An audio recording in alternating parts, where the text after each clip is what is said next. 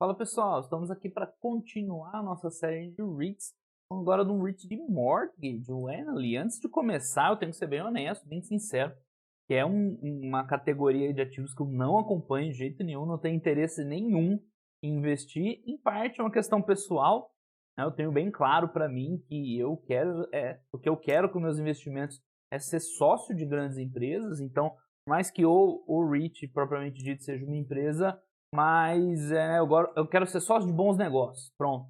Né? Então não me associaria a uma empresa que faz gestão de dívida. E em segundo, mais importante, é porque eu não entendo do assunto, não gosto. Aqui no Brasil já não gosto de ver, né, analisar esses ativos que trabalham com precificação de dívida, de renda fixa, ainda mais no exterior. Então, para mim, não me agrada, mas vamos dar uma olhada, né? O objetivo aqui da série é educacional sempre. Então, vou tentar passar um pouco aí, né, do que eu entendo desses ativos. Eles têm um yield bem alto, né, proporcional ao risco, né, então talvez interesse para algumas pessoas. O Annaly é um dos maiores, mas também muito diversificado, tanto em tipo de ativo, como, né, de tamanho, pelo tamanho. Acho que vai ser um bom exemplo para a gente mostrar. Bom, não sei nem por onde começar direito, né? Vamos ver uns destaques aí da empresa. A característica talvez de mercado que mais chama atenção desses REITs é que eles têm um yield bem alto, vai ser direto. Isso deriva de uma precificação de mercado baixa, então é parecido com os REITs de prisão lá que a gente olhou semana passada. É o REIT de risco bem alto, né? Acho que todo mundo lembra do subprime. Logo, o mercado não cobra caro dele, né? O mercado dá um desconto bom por esse prêmio de risco, e aí o retorno acaba virando, né, um retorno considerável quando a gente pensa em termos de mercado, né, de yield, em relação ao preço da ação, da stock. Então ele está girando com yield agora na casa de uns 13, ele teve uma queda forte durante a crise, né? Esse tipo de ativo ele, né, sofre muito nas crises porque ele depende de precificação muito de duas coisas. Uma, taxa de juros, que acho que é o principal ativo que influencia. Então, quando a taxa de juros cai, né, é bom para o REIT, e quando ela sobe, é ruim. Né? E nos momentos de crise como um todo, eles também sofrem porque o mercado precifica, uma piora de crédito, pessoas perderem emprego, aumento de desemprego, que impactaria bastante esse tipo de resultado. Tanto é que ele está negociado abaixo, né, do book value. Estou gravando hoje esse vídeo, está valendo uns 7 e pouco ele, né? E até o valor de mercado, cadê o patrimônio líquido do acionista, 13,8 bi, está valendo uns 10 bi de market cap. Então é um REIT de risco que negocia descontado, né? Como a gente sabe, os riscos são proporcionais, né? Os retornos são proporcionais aos riscos. Então tá, depois a gente vê isso aqui, vamos dar uma olhada nos ativos que tem lá dentro primeiro.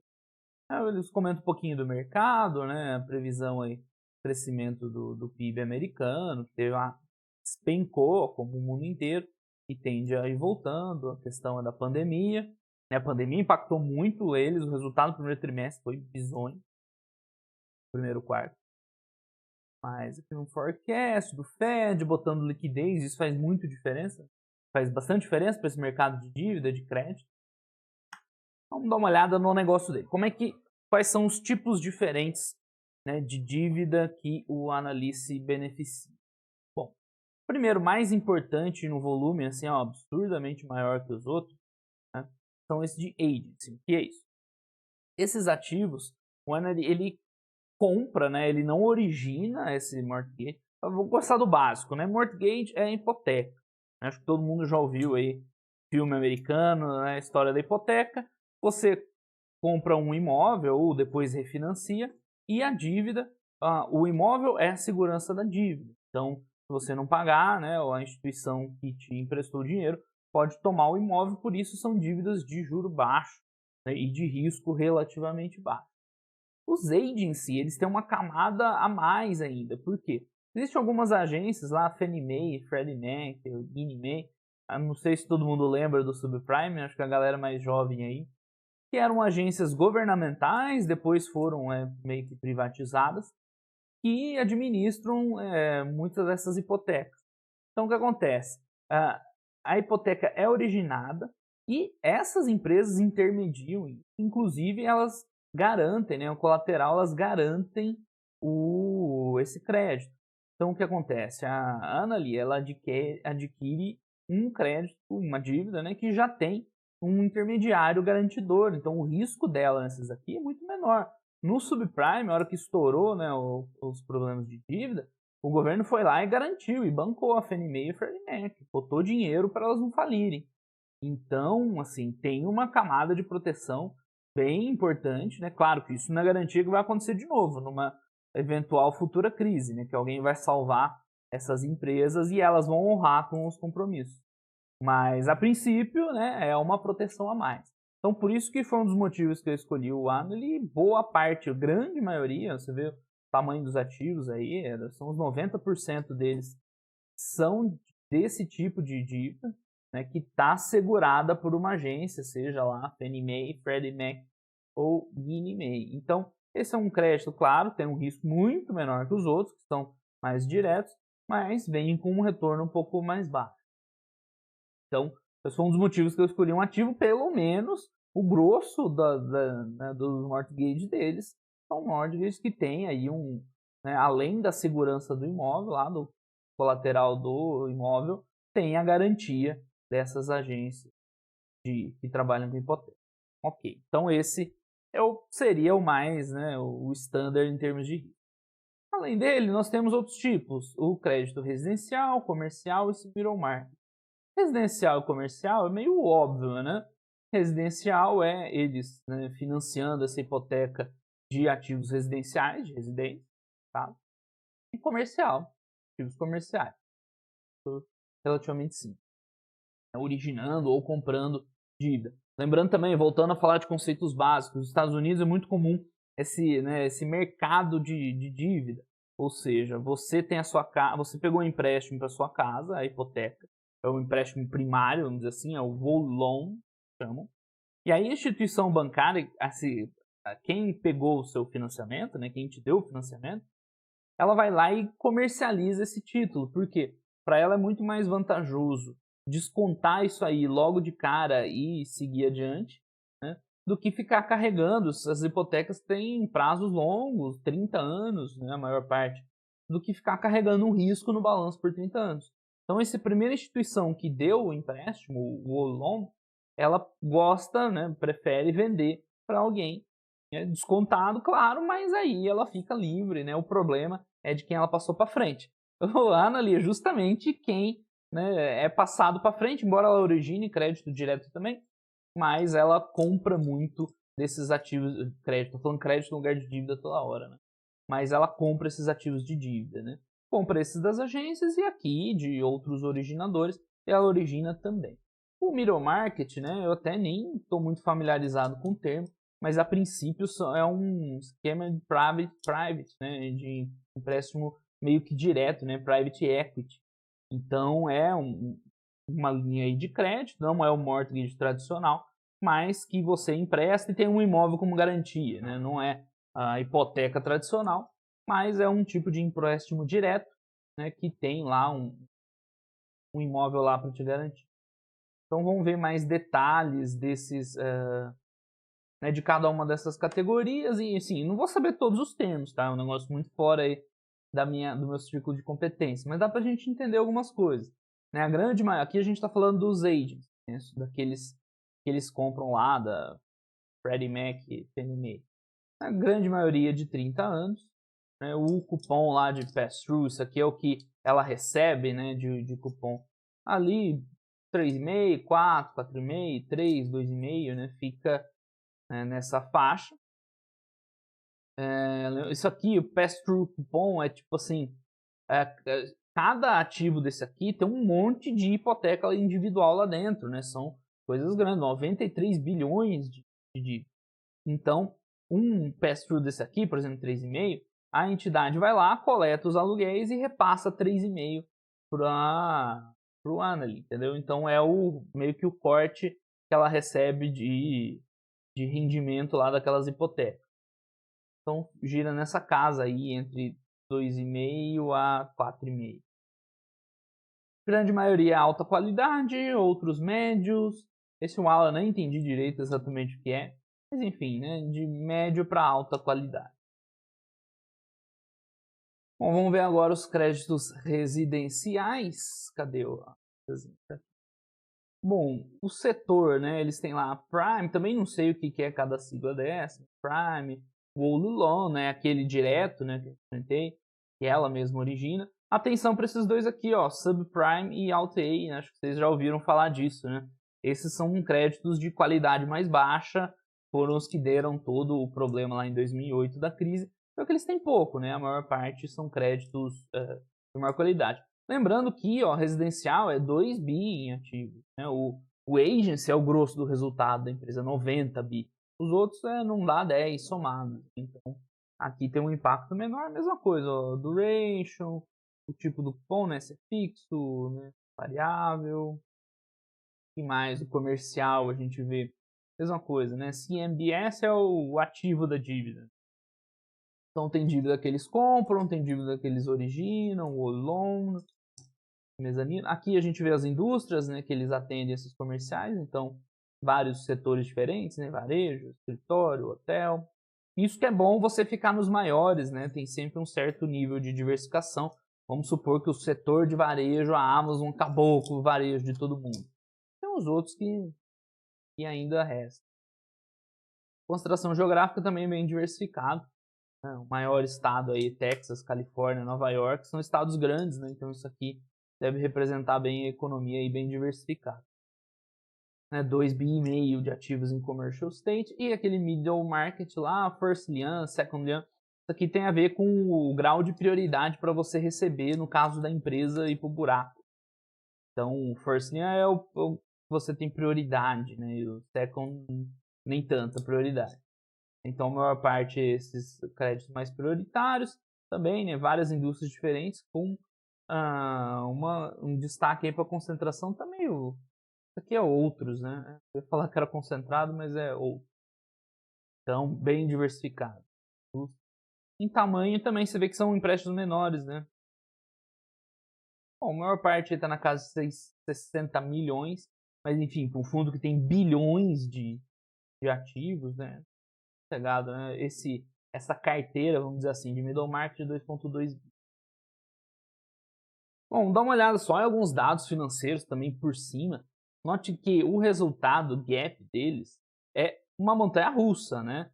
Esse trimestre deu 58 centavos, no primeiro trimestre deu 2 dólares de prejuízo.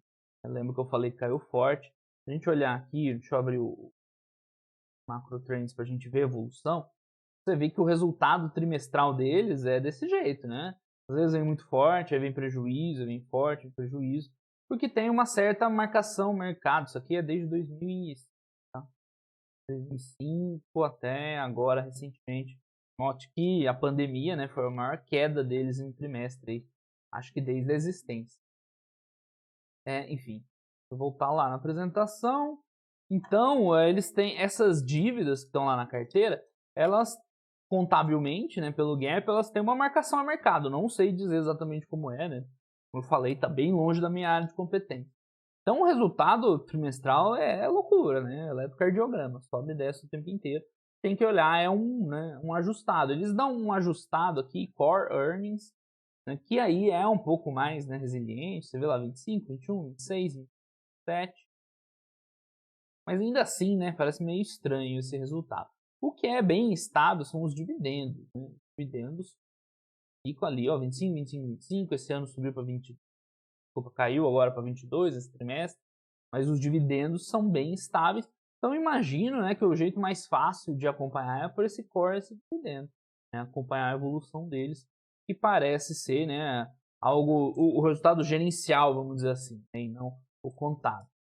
Bom, book value eu já falei, né? Tá negociando com desconto sobre o book value, então o mercado vê muito risco, né? Tanto essa questão econômica da pandemia, quanto a questão de juros, que eu falei que é o fator, né, single factor mais importante que afeta eles, porque nós estamos, né, num piso histórico de juros, né? Por mais que o Fed tenha anunciado que deve manter nesse patamar até 2023, mas daqui só vai para cima essa taxa de juros, né? Cair mais não vai.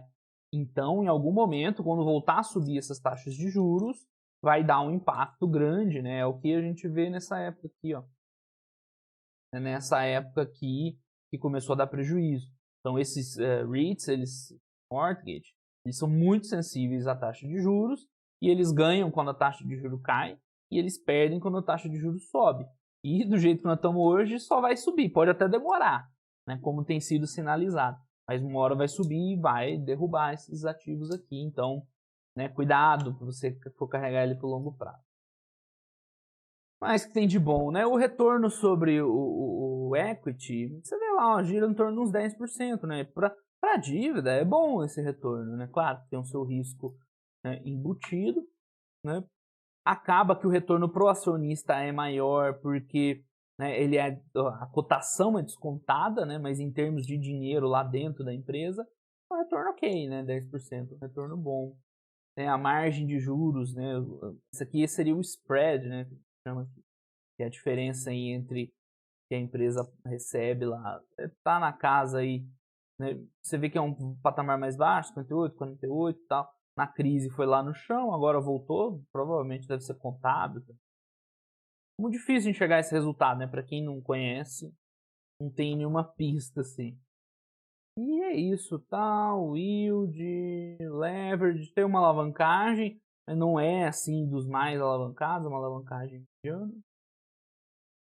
Vai ter mais uma página dessa. Tá, o agency back, dívida corporativa. Lembrando, não deixa de ser um REIT, então eles financiam aí com dívida, com emissão, emitem bastante. Bom, pessoal, eu não tenho muito mais do que agregar aqui para esse tipo de ativo. Vou deixar esse slide aqui, ó, que mostra aí mais o negócio deles. Como eu falei, para mim, né, não me agrada, mas como ele paga esse juro alto, né, muita gente compra. Eu vejo duas estratégias assim possíveis para você comprar um ativo desse.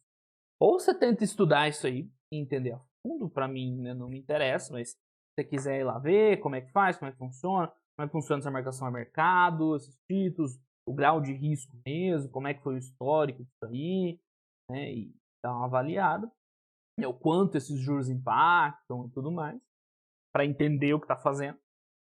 Ou você põe um ativo desse lá na tua carteira diversificada, tem lá 30, 50 empresas no exterior, você põe um desse daí que dá um yield acima de 10% e se um dia der ruim, deu ruim, você nem soube o que aconteceu. Né? Esse meio, o que eu acho que não dá para ficar no meio do caminho, né?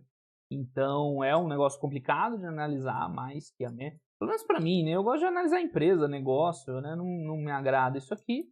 Mas assim, não dá para negar, né? Olha aqui o retorno histórico deles. Né? Entregou nos últimos anos um retorno bem expressivo.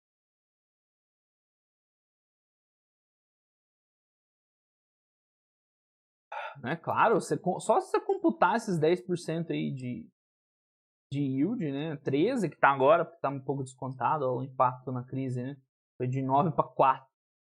Mas você vê lá desde os anos 2000, é claro, tem períodos, né, de quedas violentas, entregou um retorno decente, né? Se fizer um Kager aqui, não vai dar assim um Kager absurdo, né? É porque a escala parece que é um retorno fantástico, mas a escala é muito grande também, né? Se pegar aqui, ó, de 0,76 para 7, né, em 20 anos, não vai dar assim um Kager tão expressivo. Mas, enfim, é uma opção de ativo aí para vocês. O objetivo meu aqui é sempre estudar e olhar coisas diferentes. Para mim não serve, mas pode ser que sirva para alguns de vocês. Ok, pessoal? Então era isso aí. Esse foi o REIT dessa semana. Semana que vem acho que eu vou fazer um de cannabis ainda para a gente liquidar essa série de REITs, essa primeira passagem, e depois voltar a estudar uns mais interessantes. Né? Acaba que esses muito exóticos, faz um mês que eu estou falando de REITs, né? O de cassino eu gostei bastante, por isso que vale você chafurdar um pouco e caçar umas coisas diferentes. De cassino eu gostei bastante e o Lamar lá de advertising eu achei interessante. Mas esses daqui já não agradam tanto. Vamos voltar para os negócios mais tradicionais, tem muito REIT legal. Beleza, pessoal? Então foi isso. Grande abraço para todo mundo e até os próximos vídeos. Tchau, tchau.